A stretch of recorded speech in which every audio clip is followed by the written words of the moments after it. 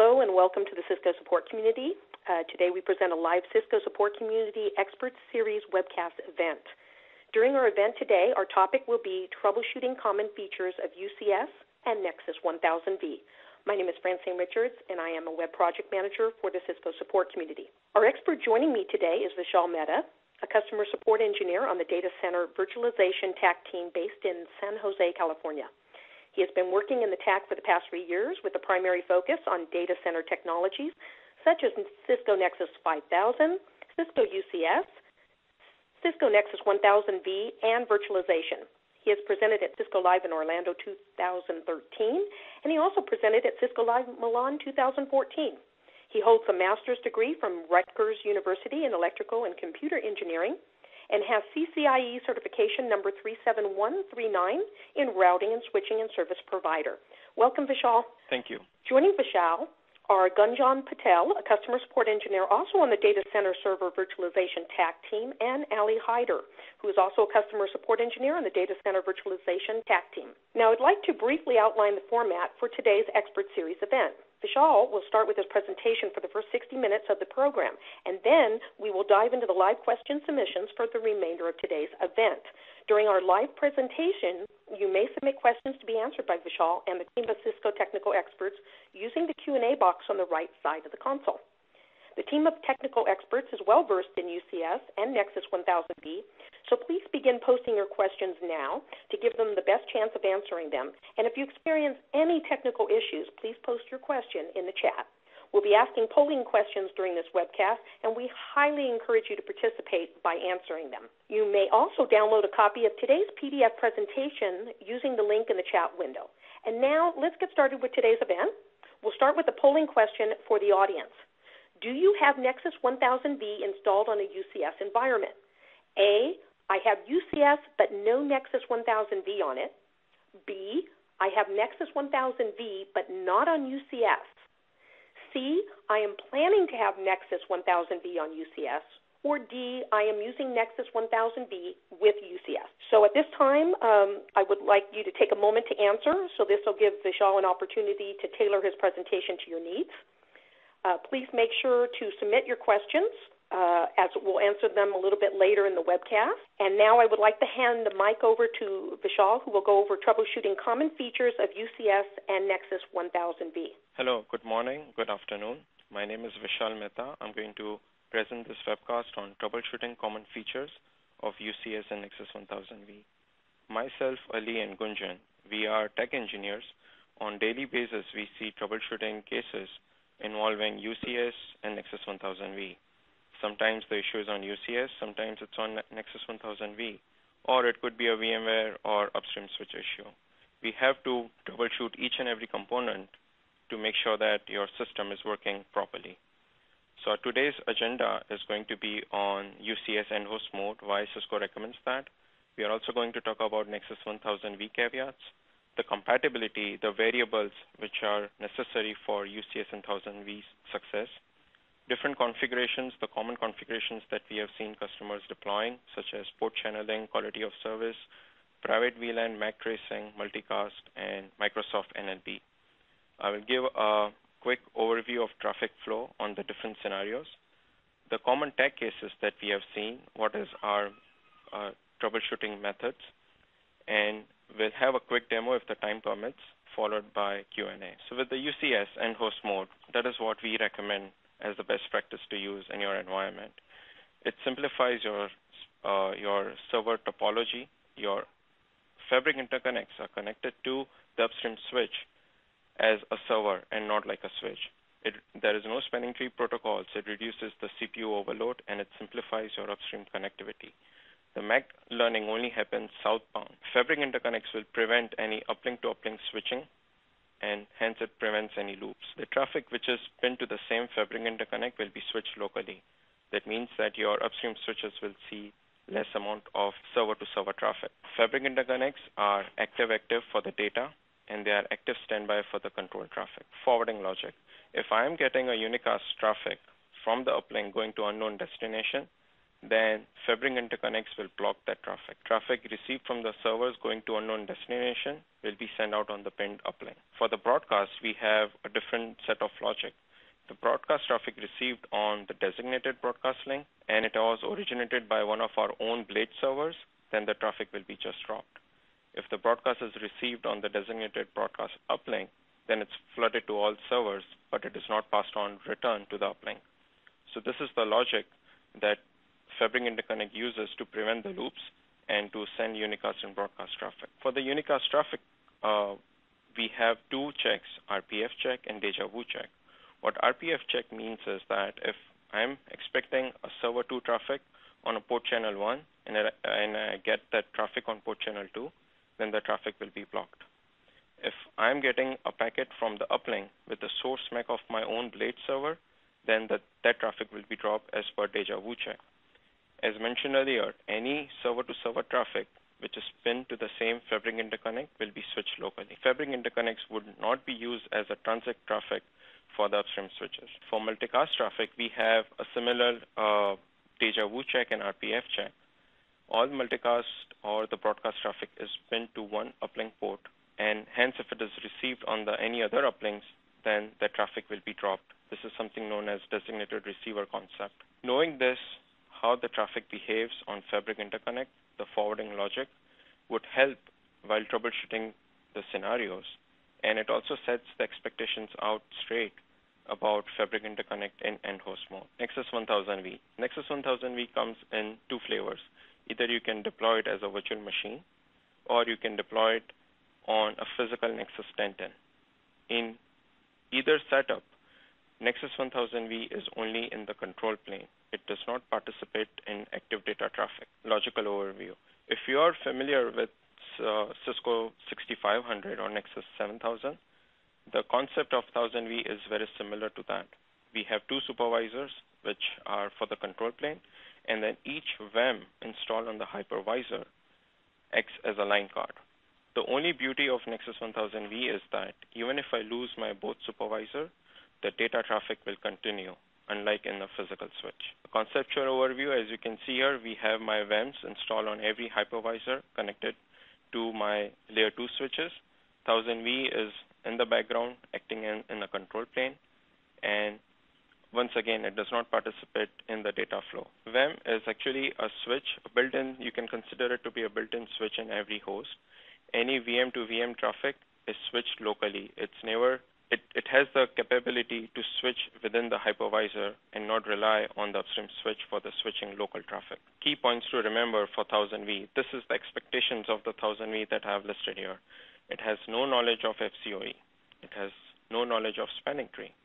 LSCP negotiations are offloaded to VEM module.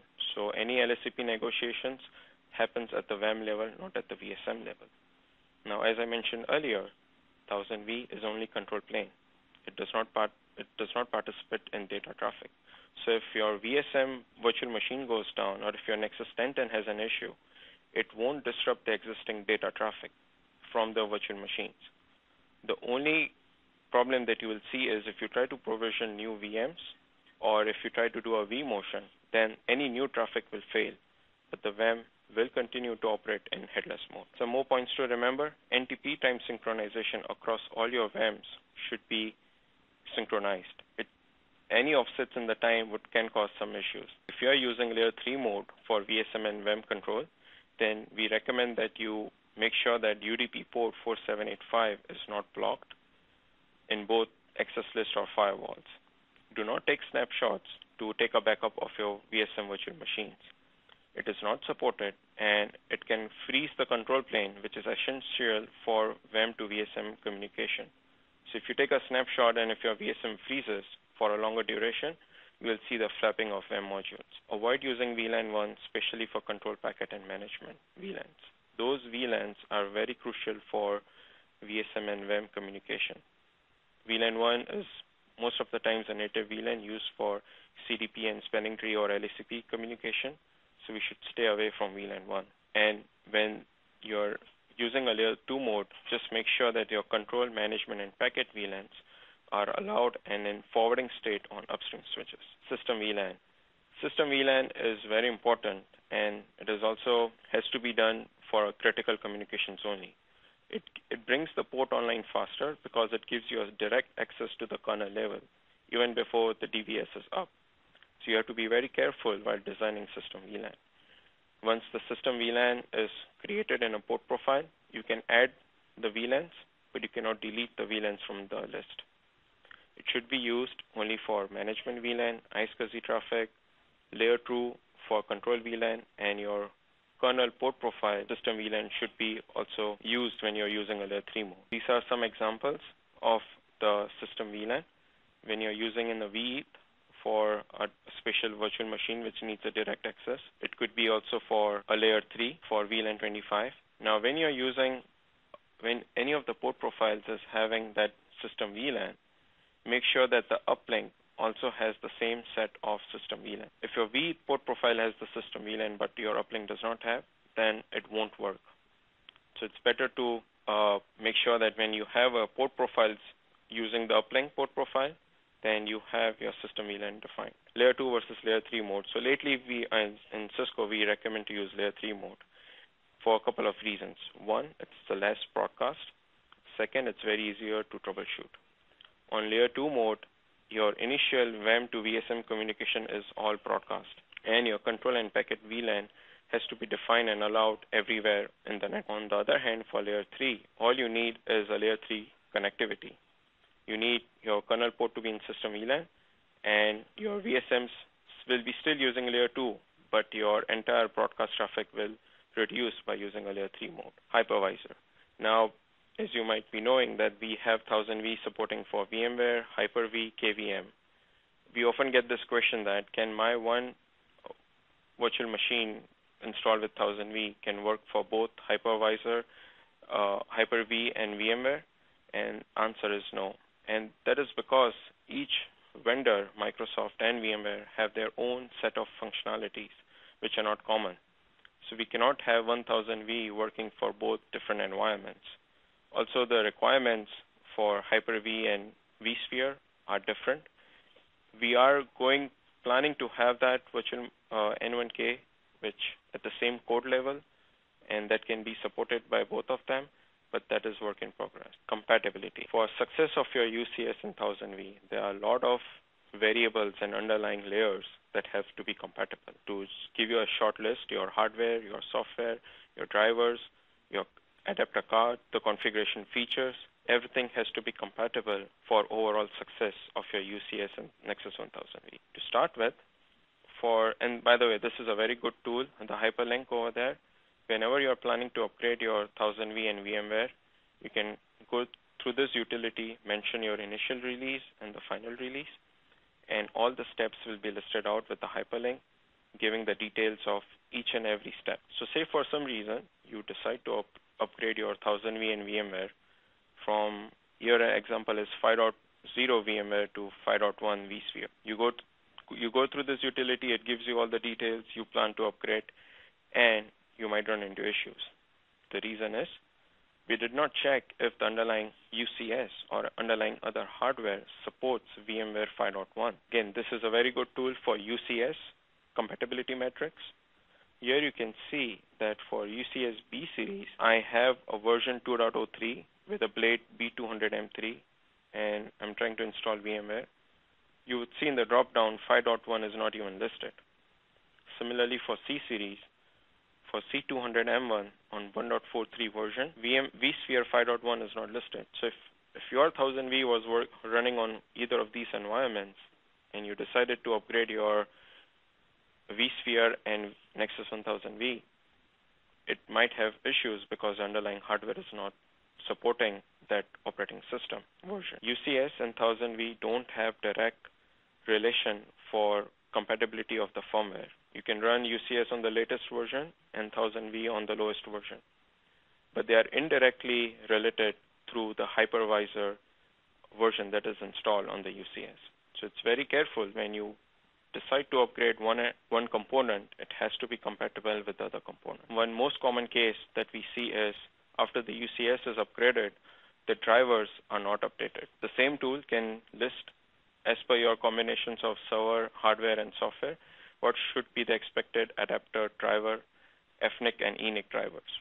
We have seen random cases like port flapping, traffic loss, storage intermittent connectivity because of the drivers mismatch. So it's best practice to always upgrade your drivers after a UCS firmware upgrade. Okay, so here is the polling question. Do you often find that configuring the tasks which are common to both UCS and 1000v are a complicated process? Okay, so main agenda of this webcast is to go over the different configuration scenarios, the common configurations that we have seen in the TAC cases. This is the most important slide for this entire webcast. What I wanted to bring out was we are externalizing a lot of documents for the features which are common to both UCS and Nexus 1000v. We often get this question from the customer, and I do agree with the customer when I can see their frustration that one customer told me that I'm trying to configure private VLAN. I have UCS, I have Nexus 1000v, and I have Nexus 5000. Do you want me to open all the three configuration guides, go through their guidelines, restrictions, best practices, configuration steps, and troubleshooting, and try to make it work? And I was stumped by that question. Unfortunately, till date, yes, that's what we have to do. All the components involved, we have to go through the configuration guides for the caveats. What we are doing in TAC is try to bring all these common features that we see on which is most commonly deployed by the customers. We are going to write a technical article on that. We are going to go list everything in one document for the restrictions, guidelines, best practices, configuration scenarios, and troubleshooting. I would like to take a moment here and go over these links with you. I'm going to share my screen. So let's go to the product page, which is cisco.com/go/UCS. And I will also open the other product page for Nexus 1000v. So you go to the UCS product page, you click on B series, you click on the troubleshoot alerts and TAC notes. This is where all of our documents are going to be posted. You can see here we have send troubleshooting, we have smart call home troubleshooting, how to connect an appliance port to the storage, how to install drivers for the common operating systems. And we have, for different features, for different configurations, we have sprayed the documents all over the place, unfortunately. We have it on the UCS product page and on Nexus 1000v.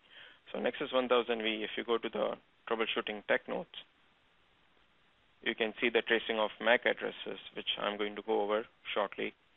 How to, if the host ID, we are going to list the common features, and we are also going to see that we are also going to list the troubleshooting steps. There is one more way of getting these documents.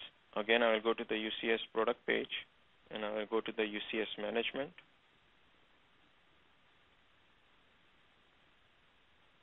UCS manager, troubleshoot and alerts, and we have some more troubleshooting tech notes over here. Some are common, some are different. So I encourage you to go to the product pages and go to the tech notes and configuration tech notes, where we are going to list all the features which are common to both UCS and Nexus 1000v and common troubleshooting steps that we have seen. Coming back to the slide, these are the few common configuration tasks that we have seen. MAC tracing, layer 2 multicast, private VLAN. So I encourage you to go through this. More are coming on their way. We are going to write about QoS. We are going to write about how to configure Jumbo MTU across the network. So you can make a note or bookmark these links. One more suggestion with my personal experience is please download this PDF documents. We trying to move around the documents to different hyperlinks. Maybe tomorrow this hyperlinks might not be working. So my suggestion would be, if you like the document, either bookmark it or make a PDF. Port channeling. When you have UCS, either B series or C series, and 1000v is installed on top of it, there are caveats to know how to do a port channel from the 1000v perspective to the upstream switch. Whenever you have UCS C series, the only supported mode would be LACP. So when you're connecting to upstream switch, which are either multiple links in a port channel or VPC or VSS, then the only mode that would work is LACP. As a most efficient mode that would work is LACP. You can use this command, show LACP counters interface port channel X on both 1000v and the upstream switch to see if the LACP negotiation is happening or not. Configuration task on the VSM is going to be that it has to be channel group mode active. And you also need to configure your upstream switches for LACP port channel. When you're using UCS B series, the only supported mode that would work will be MAC pinning. On upstream switches, you don't even have to configure anything. Upstream switches are not even aware of the channel grouping. It's only the 1000V where you have to configure this. Quality of service. UCS and 1000V have their own sets of quality of service. So we get often this question that, where do I need to configure QoS for the entire domain? Do I need it to do it on UCS? Do I need to do it on 1000V? If I do it on both, what is going to take the preference? And that is what these slides are dedicated for. UCS has its own global QoS where you can have different sets of classes. You can give the different QoS values. You can take a note here that cost value 7 is not allowed. It's only for the control traffic. So you cannot define any traffic with cost 7. You can give the weighting for at the time of congestion, which traffic do you want to drop first? What should be the MTU? And the best effort and fiber channel traffic is allowed by default. And fiber channel, as you can see, you cannot even check for packet drop, which is as per the requirements of the fiber channel connectivity. You can change the MTU. You have to just click. There is no drop down. You have to just click and enter the value that you want. At the global level, globally you are designing this for the UCS. Now, if I want to manage at the blade level, then I need to create a QoS policy. I go to the LAN tab, I go to the QoS section, and I create a policy. Now you can see I have listed two policies here. One is silver, one is gold, which will take the cost value from the global setting. But here is where I will control whether the 1000V QoS will take the precedence or the UCS cost settings will take the precedence. And that is controlled by the host control mode. If you click on full mode, then we are going to trust whatever OS is going to send us with the TAC packets. So if I have a Nexus 1000V sitting in my environment, and if it's tagging the packets, then the UCS is going to trust it. If I want UCS to take precedence, then I'm going to click on none. So this is where you can design at the VNIC level which will take the higher priority. You can then go and apply that QoS policy at the VNIC level. You select your VNIC. In the drop-down, you can select the policy that you have created. If you're going to do jumbo MTU, you have to do it at the global level, and you will also have to do it at the VNIC level for the jumbo MTU to take precedence. Nexus 1000V has its own QoS, and it's very much aligned with the Nexus products like Nexus 5000, Nexus 7000. We can have 16 classes of traffic, 8 cost values, and 8 traffic protocols. These are predefined traffic protocols, and you can directly call these traffic protocols in the class map, so you can match directly to these traffic protocols. You don't have to specify VLANs. You can just specify the protocol, and it will take care of the QoS settings. The sum of all the 16 classes cannot go above 100.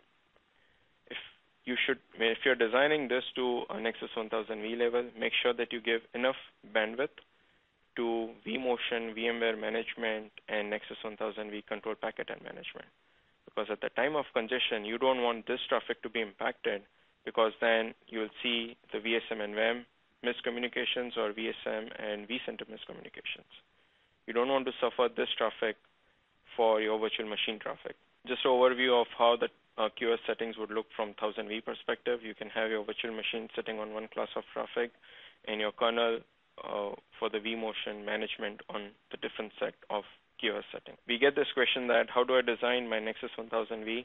Here is the answer. Here is your basic QoS configuration on Nexus 1000V. You create your class maps, you create your policy maps, and then for the set of VMs, you can give the policy directly at the port profile, or you can give it as individual VE and the port channel. Verifications. You can do verifications at different levels. You can do it on the right side. You can see that I'm doing a verification of different classes of traffic at the port channel level.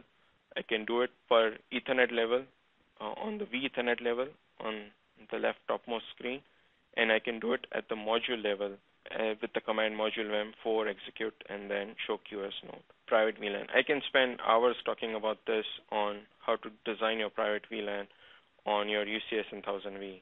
And with the time constraints, I'm going to list the summary points and give you a pointer for the link, which explains all the possible scenarios and the configurations in detail. So with the UCS, you need to remember that only isolated ports are supported. We cannot do community VLANs. But if you have Nexus 1000v, then you can do community VLANs. But you have to make a note of this, that promiscuous port has to be on Nexus 1000v. It cannot be on upstream switch. This is where the most of the cases we get that private VLAN is not working. And then we find out that, okay, because it's a community VLAN and you need to have promiscuous port on 1000v, which is a different than the common trend that we see that promiscuous ports are usually on the upstream switch or a router. But with the community VLANs on 1000v installed on UCS, promiscuous port has to be on Nexus 1000v. Coming back to UCS, a VNIC cannot carry both regular and isolated VLANs. And it cannot also carry multiple isolated VLANs. So one VNIC, one isolated VLAN. Now when you're using bare metal OS like Windows, that isolated VLAN has to be a native VLAN. When you're using ESXi, you can create separate VNICs just to carry isolated VLAN, but then the adapter limitations come into play. If your adapter cannot support multiple VNICs, then you need to design carefully when using private VLAN. Promiscuous ports for UCS domain will be always outside. That means it should be upstream switch or a router. It cannot be on the UCS itself. This is the link that I was mentioning earlier for private VLAN. You can click on this link. It goes over private VLAN configuration for different scenarios. We have also listed VMware and vSwitch for the private VLAN. It goes in the detail for Nexus 5000, UCS, and Nexus 1000v. These are the 6 possible configurations that can be done for private VLAN. Most common important that we see is community private VLAN on 1000v, as mentioned earlier, has to be on Nexus 1000v, the promiscuous port. MAC tracing. When the issues happen, we need to know where the layer 2 switching is getting broken. It could be at 1000v, it could be at the module level, it could be in the fabric interconnect, or it could be upstream switches. We don't know. There is a separation of the physical interfaces and virtual interfaces that we need to troubleshoot. And it's very important that you can trace your MAC address. Say your one virtual machine cannot talk to the outside world. We need to know where it's getting broken. Is it because the link is broken?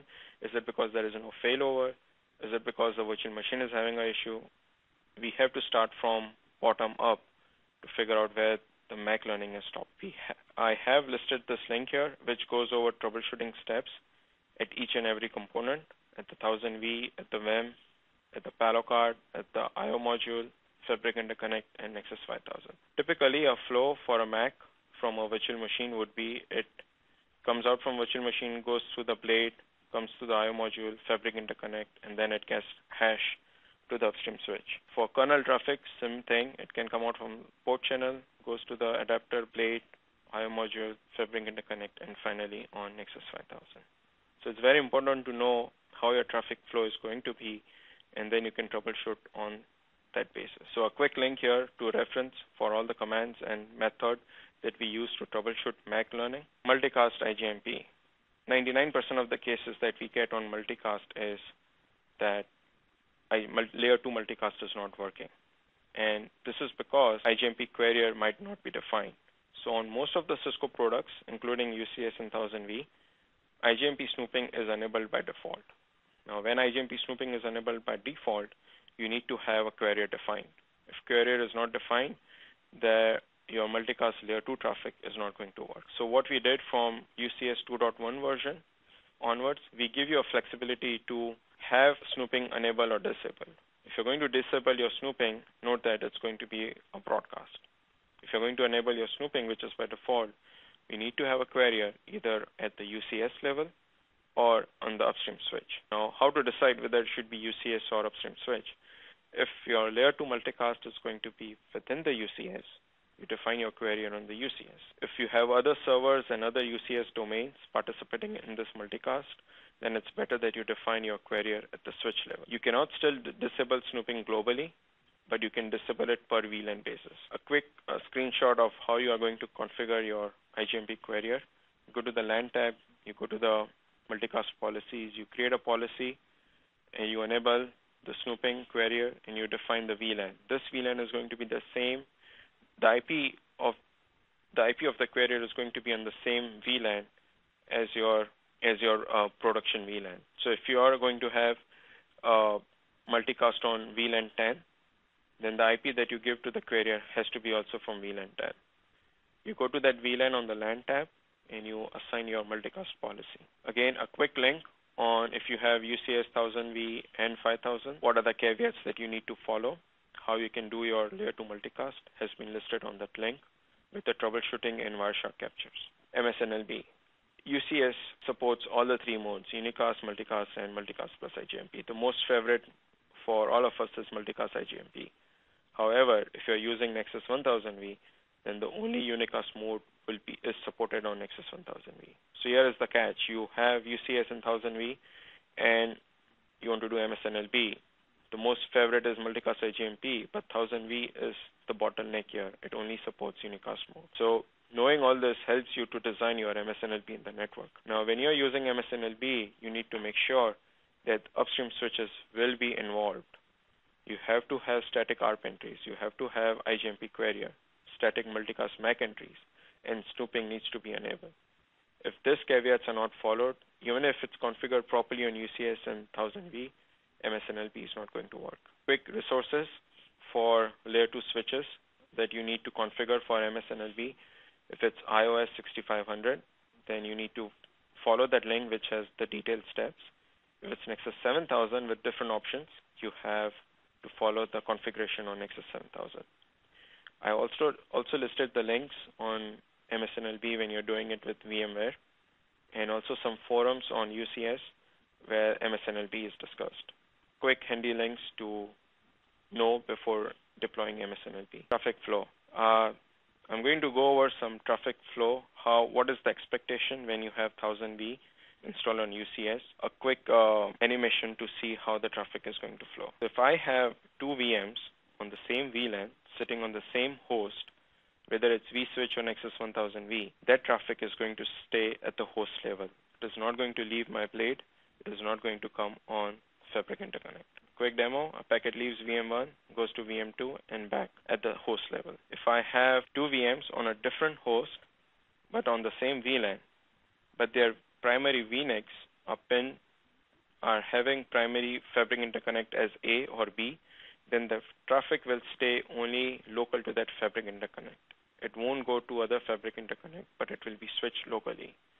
As you can see here, packet goes from VM1, VNIC, FIA, VNIC, and VM3 on the other host and back. It does not touch the upstream switch, does not go to Fabric Interconnect B. Two VMs on same VLAN, different host, but different FI, because your VNICs are having a primary path to different FIs. In this case, traffic has to go through a layer 2 switch, and it has to touch both FIA and FIB. As you can see, it goes VNIC, FIA, upstream, FIB, and the VM. Everything so far was on the same VLAN.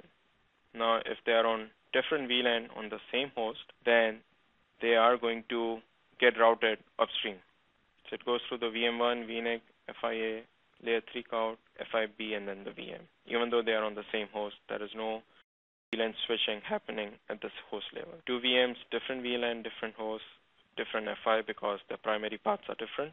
It will touch both the Fabric Interconnects, and it will go through the layer 3 count. Okay. So one more polling question for you. How often do you contact us for UCS Nexus 1000v troubleshooting? All right. So let's get started with the TAC cases. Keeping calm, I don't know how bad the severity of your case is, but you can definitely call us for any issues. This is one of the cases where quick isolation helped us to narrow down the issue.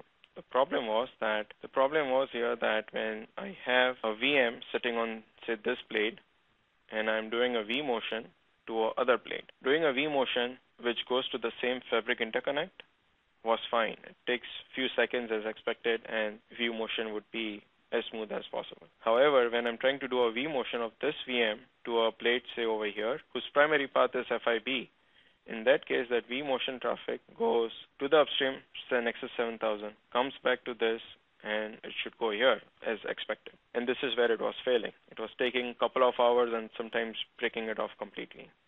So we knew this, that, okay, Within the fabric interconnect, the issue is not there. It's only when it involves upstream switch. So knowing how the traffic flow is how the traffic is going to flow, what is the expectation, we could quickly narrow it down. Now, this case could have been a nightmare if we were troubleshooting all over the place without knowing what are the symptoms of the problem. So we quickly involved the Nexus 7000 team, and we saw that whenever we do a vMotion, the discards were incrementing on the upstream switch. We saw that VLAN, which is carrying the vMotion traffic, is tagged with cost2 from a UCS, but Nexus 7000 is not giving any priority to cost value 2. It was not defined even in the output queue, and it was very high in the traffic, so we expected that there's going to be a congestion, and we saw that in the output queue assigned to that interface, this was not being matched. This value was not listed here. They had made some changes or accidentally it got removed, and then we end up with this case. So quick traffic flow expectations and knowing what is working and what is not working can save a lot of your time and can bring up the network up back again. Other case, this is on vSwitch. We see this deployment where the ESXi management still goes through the vSwitch and data traffic goes through 1000v. Now, when you have a native VLAN in your network, and if your management IP address is on the native VLAN, you don't need to tag anything at the host level. You can have this optional as 0 and it will work. In my customer, what they did that they changed their native VLAN ID from 8 to 100. The management IP is still on VLAN 8, but the native VLAN has changed to 100, and management stopped responding. And that was because if your IP is not going to be on the native VLAN, you need to tag the VLAN over here at the host level. So quick reminder, if you're using a vSwitch and your management, you don't need to tag if it's on a native VLAN. If it's not on the native VLAN, then you'll need to tag with the VLAN ID. One more on the native VLAN. Whenever you have your bare metal installation of OS like Windows or Linux, you need to make sure that your VLAN is a native VLAN for that host. Because VNIC by default is a trunk port. To make it as an access port for Windows, you need to make that VLAN as a native VLAN. Once it's native VLAN, it will start to work. Most common case that we have seen so far on the Windows OS with a native VLAN not being checked. You can have drivers, you can have other tools so that Windows can understand tagging, but by default it needs a native VLAN. This was one of the interesting case that we had customer had a site across entire US, and they were trying to add modules to the Nexus 1000v. Now, within the Orlando site, we had no issues of adding the host. When we tried to add a VEM across the fabric path from San Jose site, we were having issues. When it was working on Orlando, we knew that there is no issues with the 1000v configuration, no issues with the UCS. Something has to do with the fabric path or upstream switches. So back to the basics. When you have layer 2 mode between VSM and VEM, and when you try to add the VEM to the VSM, initially on the layer 2 there will be a broadcast. The broadcast will help to learn the MAC and the VSM MAC across the entire network. And we found out that after a lot of troubleshooting, we found out that the VEM that we are trying to add to the Nexus 1000v, that VEM module's MAC address on the control VLAN is not getting learned on the upstream switches. So if these switches are not learning the MAC address, they are not going to send it to the VSM, and hence there is a break in the layer 2 communication. So this was the problem. We could not add hosts from few sites, but we can add it from the local site. vCenter says operation timeout while trying to add the VEM to the VSM. On the VSM, we saw this error message that we know there is a host, but we cannot communicate with it. And after doing a troubleshooting, we found out that the VEM MAC was not getting learned. There was some issue with the Nexus 7000 fabric path port.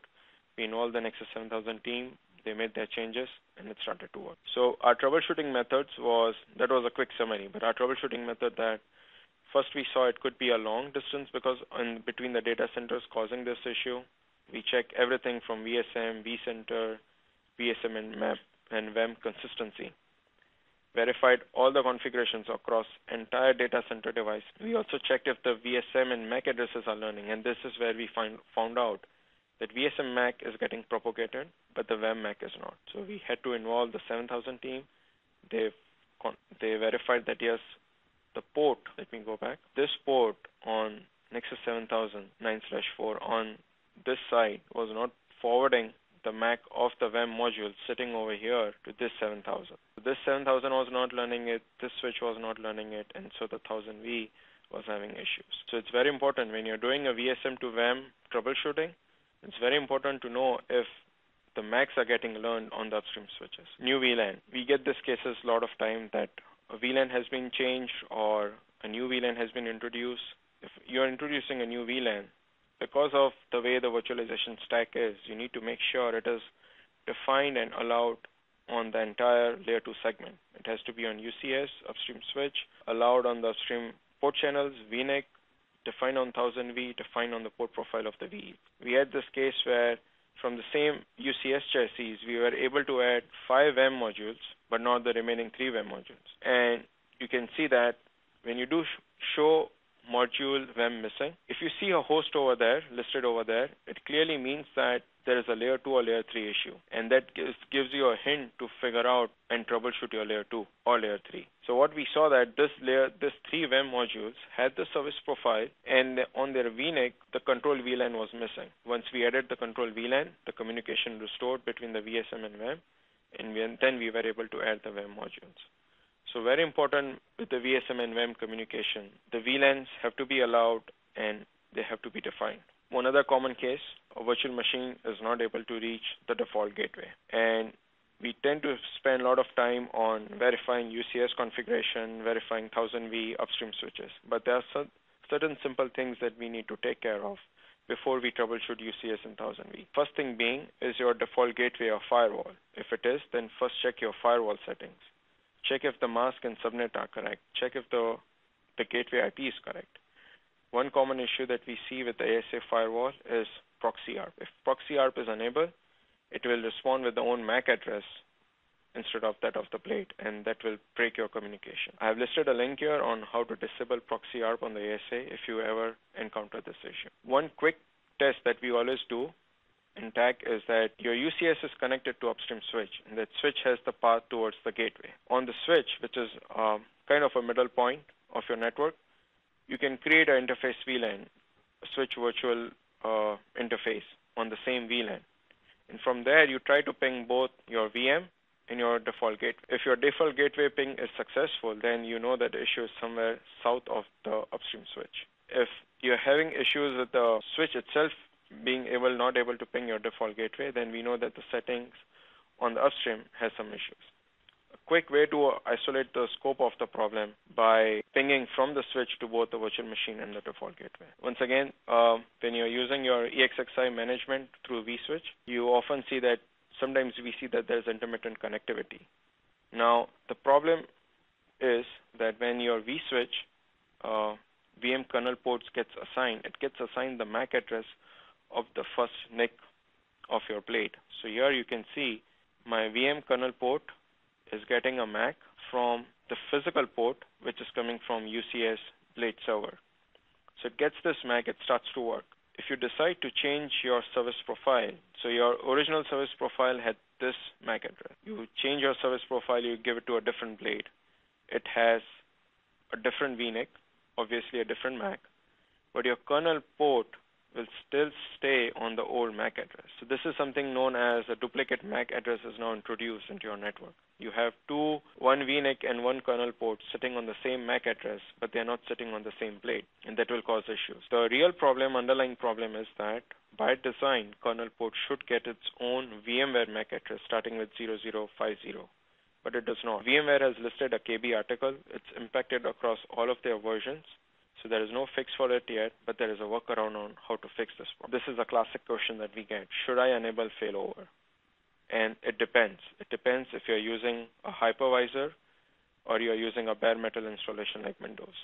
If you're using Windows, then yes, you need to enable failover, or unless you have a drivers installed on Windows which can do multipathing or NIC taming. With ESXi, when you're using vSwitch or Nexus 1000v, you don't have to check this.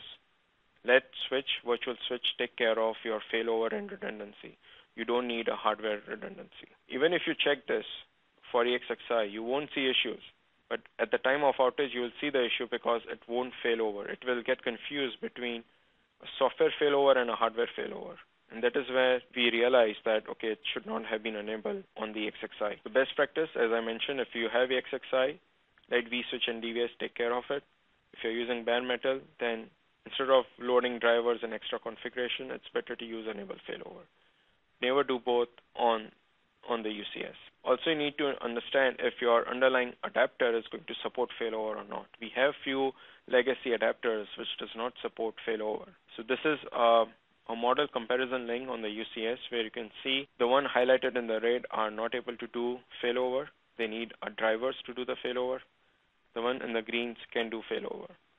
Now, if you have, say, for example, an Intel card, and you do a failover, a config error will be thrown on the UCSM saying that there is not enough resources, your adapter does not support failover. At this point, I would like to do a quick demo of what we see the common case on the UCS. So let me go and share my desktop. I have a UCSM up, a vCenter, and 1000v. So right now on my 1000v, you can see I can do show module. I see one host listed here. It is using a layer 3 port profile for the kernel. I have system VLAN defined and access VLAN 15. That host over here is listed over here. It has both the vSwitch and Nexus 1000. My management port is going through Nexus 1000v. And my VSM, vCenter, and everything is still on vSwitch. That host, if you want to find out which host is that on the UCS, you can go to the networking adapters. You see the MAC address of the adapters. On UCS, this is the server, which is the host on where the VEM is installed. If you go to the VNICs, I have both of my VNICs listed. Now, if I want to know which VNIC is going to vSwitch and which one is going to 1000v, I come back to the vCenter, go to the host and clusters, host, networking adapters. Both the VM NICs are listed here. So one ending in 0D is given to VSM. Coming back here, 0D is nothing but VNIC 2. Let me go to the VNIC 2, modify the VLANs. It's allowing my VLAN 15, which is my main VLAN. This is where the management of the ESXi is going through, and that management is on the layer 3 port profile for VSM connectivity. If I uncheck this, click OK, we'll see here shortly that that module will disappear. Right now, what's happening is that VSM is not able to communicate. It's not able to communicate with the management of my host. As you can see now, we had that host here, and after doing a module again, the host has disappeared. If you do show module VEM missing, it is telling me that, okay, there is a host here, but I cannot talk with it. Let's go and see what vCenter is telling us. We go to the networking, we click on the VSM, we click on the host. I will see a warning here saying that the host is not in connection with the VSM. So this demonstration was to show that if you remove a VLAN, if you modify a VLAN, if the VLAN is not allowed on your upstream switch, you will see a communication problem. Let me go back and add this.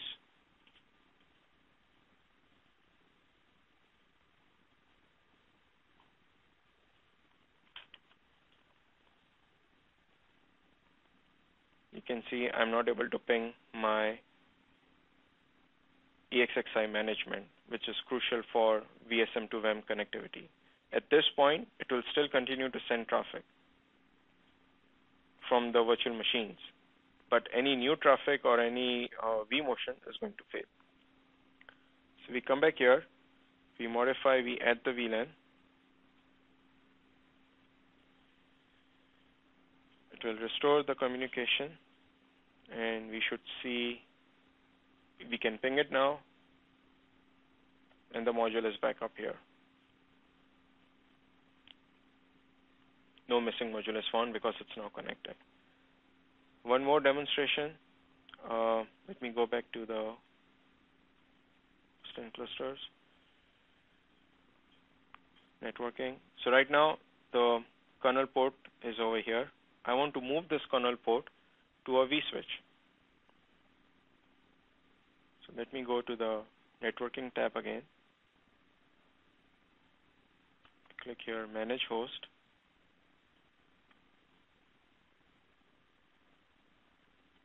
And I'm going to put this kernel port on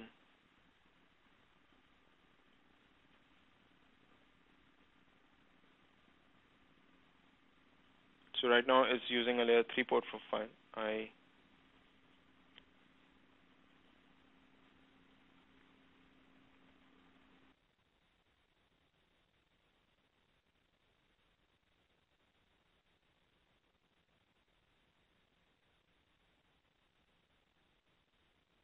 So if I want to migrate the kernel port to the vSwitch, I will go on the VDS, click on Manage Virtual Adapters, highlight the vSwitch, and because I'm tagging, I'm going to add here 15.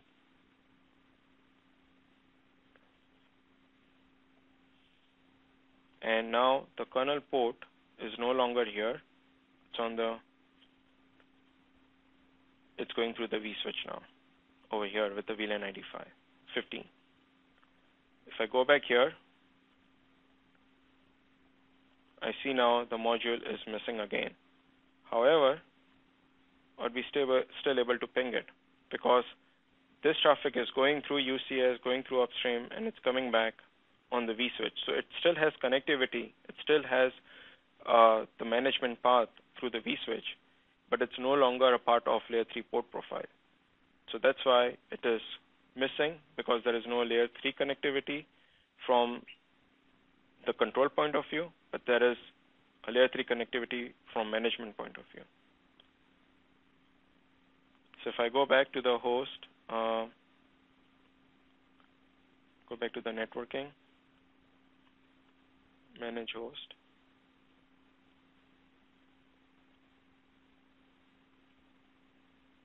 and I migrate this back to Nexus 1000v layer 3 port profile.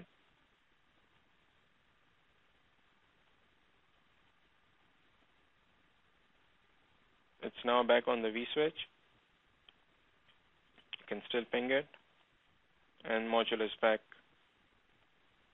to the Nexus 1000v. So quick demonstration of how if you modify VLAN, then how it can break your communication, how if the kernel port is not on the layer 3 port profile, then how it can break the communication between VSM and VEM. So coming back here, so a key takeaway of this webcast is that if you know how your hardware and software components are going to interact, if you can quickly isolate what is supported and non-supported behavior, then you can resolve any issues with the UCS and 1000v and make sure that your overall virtualization is healthy. Thank you, and now I'm open for taking any questions. Okay, thank you, Vishal. Our first question, we're going to now do the Q&A. That was a great presentation. Thank you very much. Our first question is, how is split brain avoided in Nexus 1000v if you have two VSMs?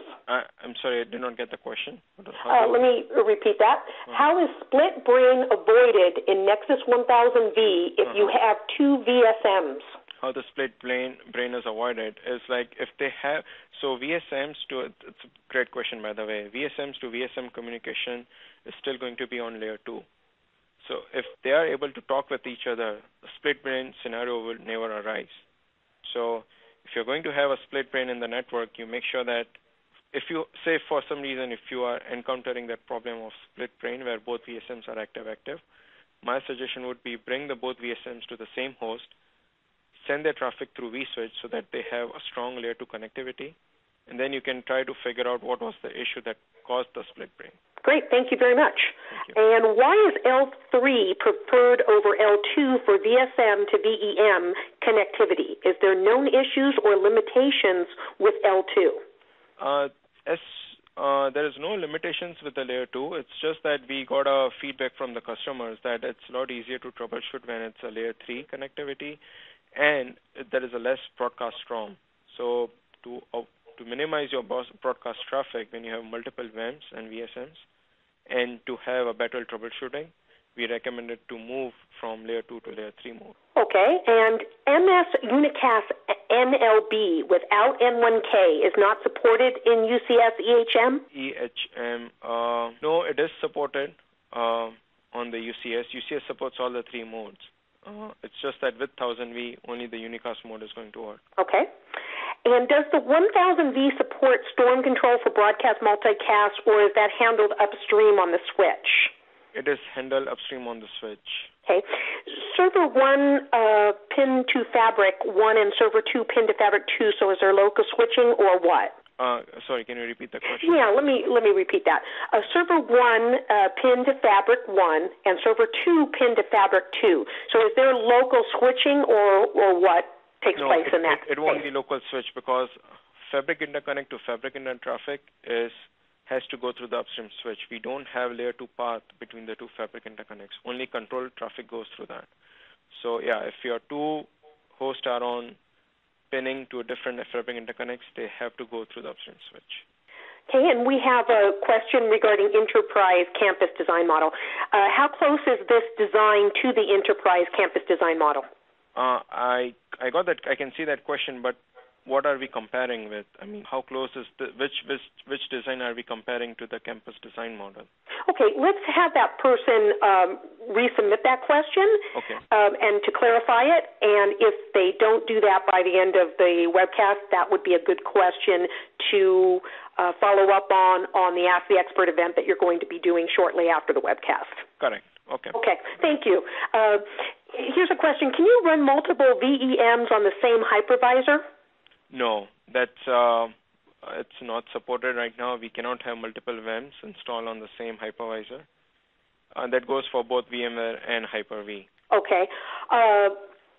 Can we have VMFEX as backup to VSM or more than 2 VSMs? And can you elaborate that on that a little bit? Okay, that's a great question. You are asking about the redundancy. No, VMFEX and 1000V are two complementary of each other. They cannot coexist to manage. They can coexist, but they cannot manage the same infrastructure. So yes, you cannot have a VMFEX as a backup of VSM. Now, with the VSMs, you can have a pair in active standby, but you cannot have more than 2 in HA redundancy. So you can have only a pair of VSMs managing one data center, but you cannot have 3 or 4 VSMs managing the same data center. Okay. And is it possible to use all 4 virtual switching at same time, VMFEX, vSwitch, VMware, DVS, and Nexus 1000v? And can you elaborate a little bit on that too? Right, sure. So your VMFEX would be, again, cannot manage the same infrastructure. It has to be separate. Now, regarding the 3 virtual switches, that is vSwitch, VMware DVS, and Nexus 1000v, I have seen customers segregating the traffic, like they keep management through management through vSwitch, certain traffic through VDS, and certain traffic through Nexus 1000v. I've seen customers doing that, but my recommendation would be that you put your management or certain traffic that you want on vSwitch, and you can choose either of DVS or 1000v. It's too much of overhead for having 3 switches doing the same thing. Okay, and how come does VMware VUM not verify if a VEM can still be connected to the VSM after updating the ESX host with patches? So they elaborated on this. Here's an example. A VMware 5.1 with current patches will lead to the error on the VSM. The VEM is not compatible with the VSM version. Okay. So in that particular scenario, did they have a VEM? Did the worm try to install a higher version of the VEM? Because if the worm is trying to install a higher version of VEM module and your Nexus 1000v is still at the lower version, then we are not backward compatible. So VSM to VEM communication won't happen because the line card is at the higher version and the supervisor is at the lower version. That is not supported. Okay. And do you recommend deploying a HA Cisco 1000v virtuals over an IPsec VPN tunnel? IPsec VPN tunnel. We have to use a component called VSG if you want to do IPsec tunneling. or any advanced security features, then we have a VSG component, virtual security gateway, that can be used with the Nexus 1000v. And another question here, what are the latency required for HA clustering over WAN? 10 milliseconds is the latency requirements. Okay, and we have a licensing question here, so maybe you can spend some time going over that. Do we need to have advanced license for Nexus 1000v? It depends if you're trying to use advanced features. So 99% of the customers will use the basic license, which is free on 2.1 version onwards.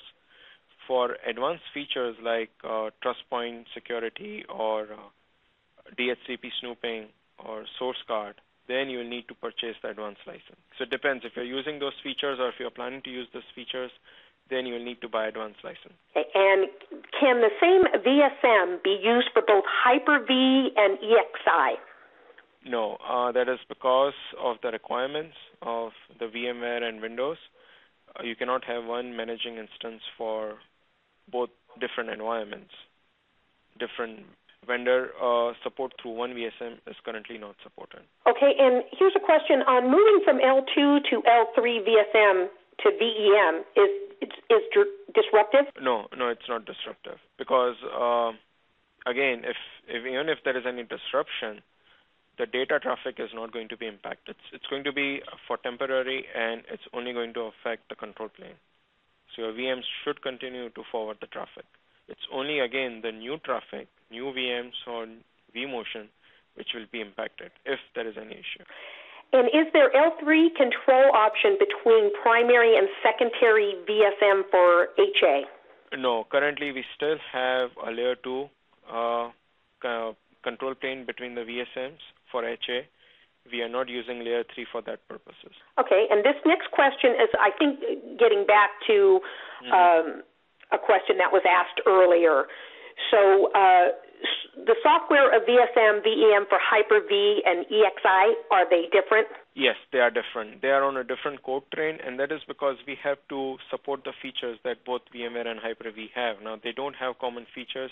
They don't have common functionality. So that's why we have two separate code trains, two separate VSMs needed for different hypervisor. And will there be one GUI to manage both UCS and Nexus 1000v? No, not right now. We have one GUI for VMFX and UCS, but not one GUI for 1000v and UCS. Okay, and how can I enforce with N1K that all my VMK, vMotion goes over the same fabric? Through N1K, you cannot enforce that. You have to, the VM NICs that will be carrying that VLAN, those VM NICs corresponds to VNIC and UCS. Now, those VNICs should be having the same primary path.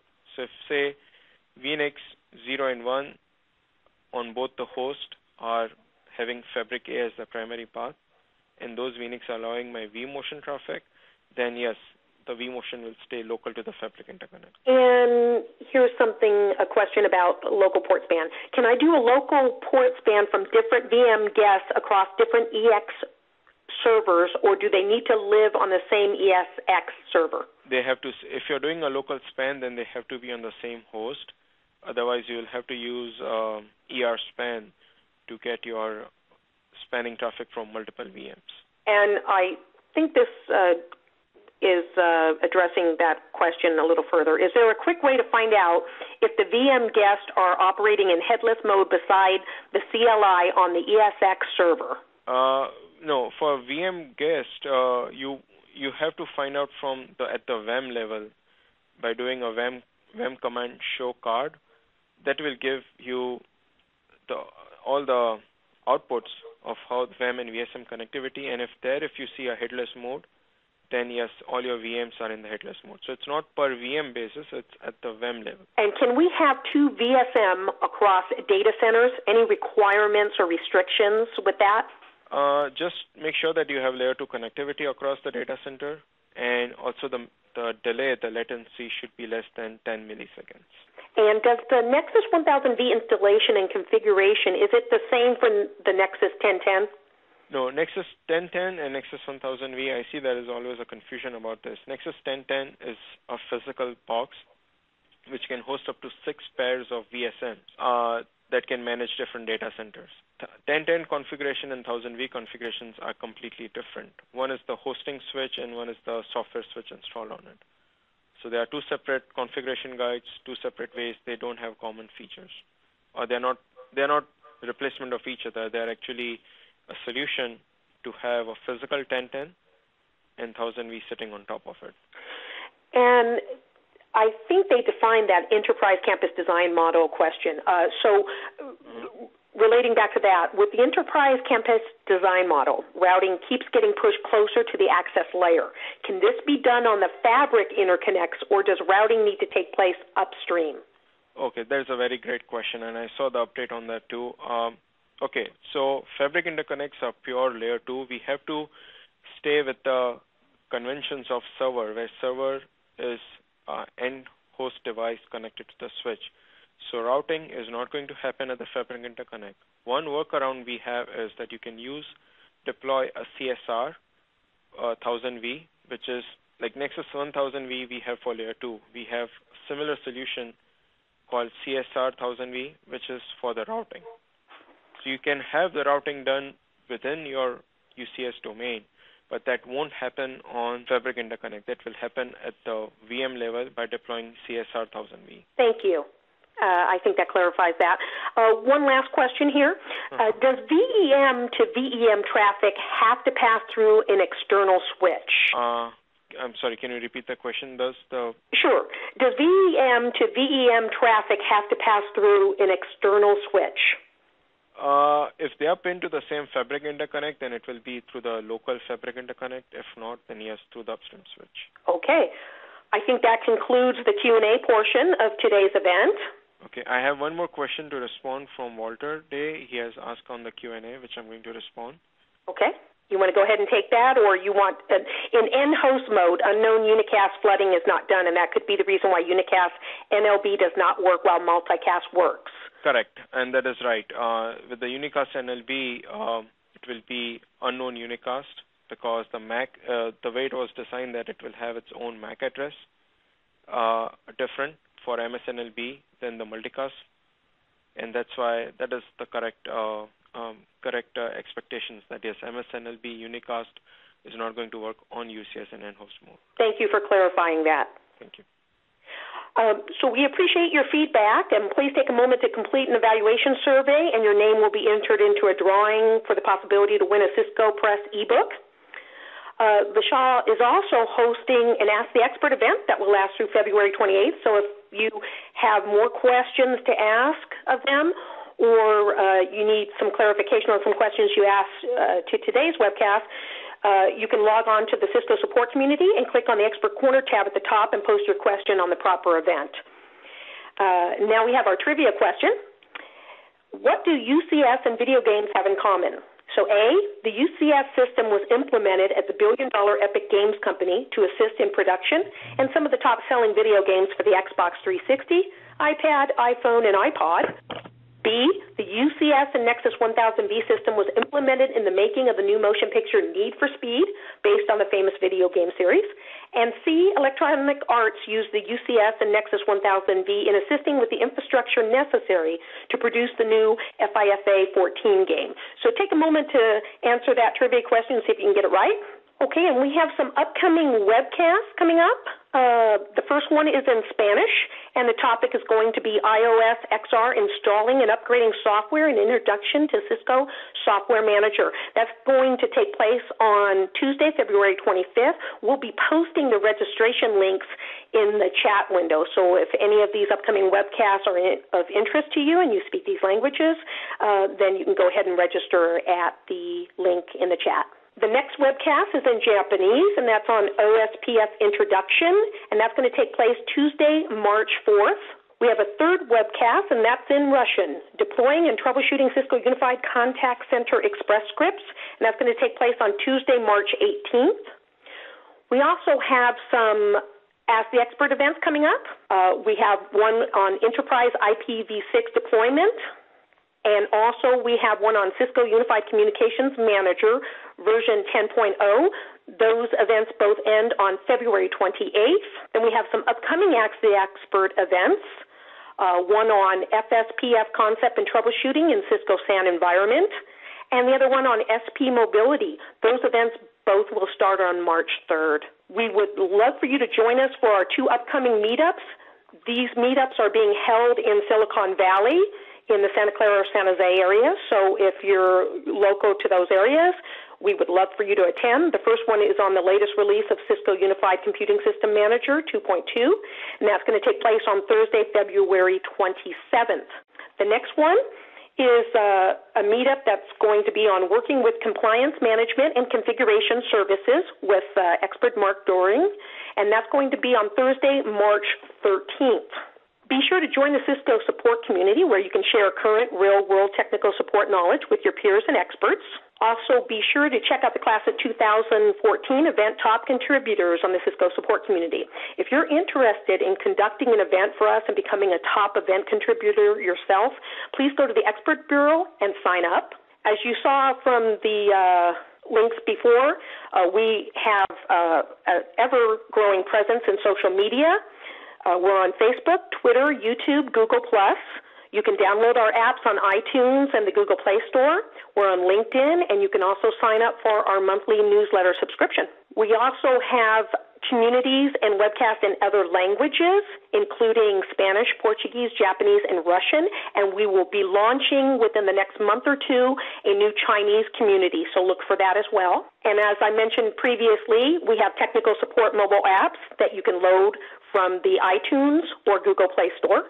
And take a moment to rate the content of your peers' documents, videos, and blogs. In doing so, you help us recognize the wonderful content that they contribute to the community. And now we're going to answer the trivia question. What does UCS and video games have in common? That was A, the UCS system was implemented at the billion-dollar Epic Games company to assist in production of some of the top-selling video games for the Xbox 360 and iPad, iPhone, and iPod. And for the Gears of War 3 launch, which was one of their recent games, they boosted their web presence and online forums for the growing number of fans and users. With Cisco UCS, they were able to spin up new virtual machines on demand. Under the old environment, they would need 2 to 3 days to get a new physical server provisioned. Today, they can get a new virtual machine up in minutes. And in addition to speedy, consistent, no-touch provisioning, Epic Games also benefits from a sharp decrease in operation costs with Cisco UCS. So I want to thank you for your time. Please take a few minutes to complete your evaluation of today's session. This will help us address your business needs and interest in the future. This concludes our session today. I want to thank our expert, Vishal Mehta, for sharing his expertise with us today. Also, I want to thank experts Ali Haider and Gunjan Patel for answering your technical questions. I want to thank you all for attending and have a great day. Thank you. Thank you very much.